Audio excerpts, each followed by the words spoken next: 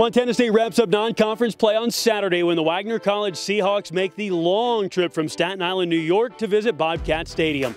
It's the first time Montana State has taken on an opponent from the state of New York since hosting Stony Brook in the first round of the 2012 FCS playoffs. It's time for 4 downs, our top storylines headed into game week.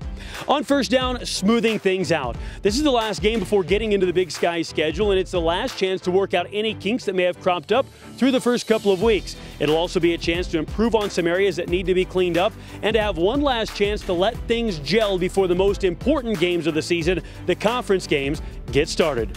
On second down, the run game. Montana State no doubt wants to pound the ball on the ground. It's the program's DNA. But through the first 2 weeks, no running back has really emerged as the go-to guy.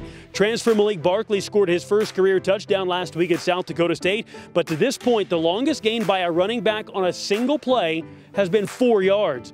Getting the running backs on track will certainly be a priority this week. Stopping the run is our third down call. Wagner's offense is led by running back Ryan Fultz. He's accounted for 318 of the team's 322 rushing yards. He's fast, powerful, and a dynamic runner who can find the end zone on every snap. In the season opener, Fultz ran for a school record 271 yards, including a pair of 77-yard touchdowns. Knowing where he is at all times will be a priority for the Bobcat defense. And finally, fourth down, turning the page. There's no doubt last week's loss at South Dakota State was frustrating for everyone in the program. The key now is to move forward and get focused on Wagner and improve to 2-1 on the season. It's Montana State and Wagner this Saturday on Military Appreciation Day.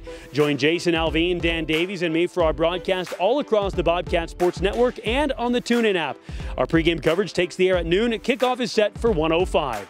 Reporting for MSUBobcats.com, I'm Jay Sanderson.